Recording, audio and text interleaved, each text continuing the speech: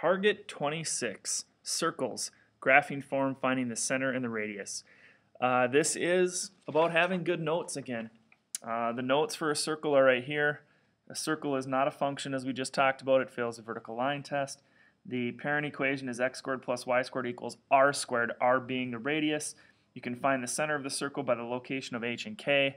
The key equation is the general graphing equation is this kind. X minus h squared.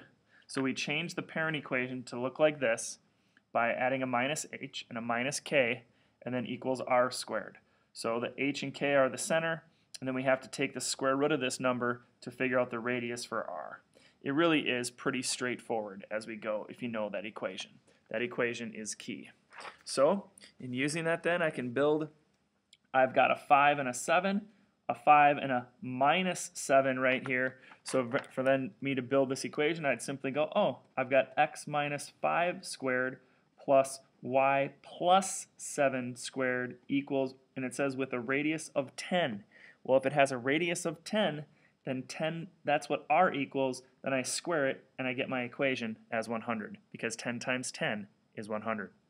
The next one just does the same ingredients but a radius of 12. Well, 12 squared is 12 times 12 is 144. There is always a plus sign in the middle.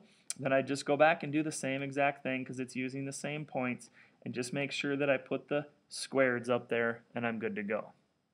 This other one changes it and it gives you the equation. You have to find the center and the radius. So I'd say center is located at, oh, look at that. There's a minus 3. That gives me a 3. There's a plus 7.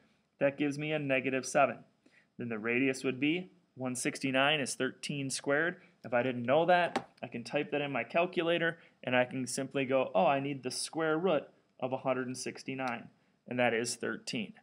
So that's how you find the radius. And if that was my original, like I was doing before, I had 12 squared, that was 144, those are the numbers that we'll be using here. So, but in this case, they told me it was 169, so then I just take the square root of it and I get 13.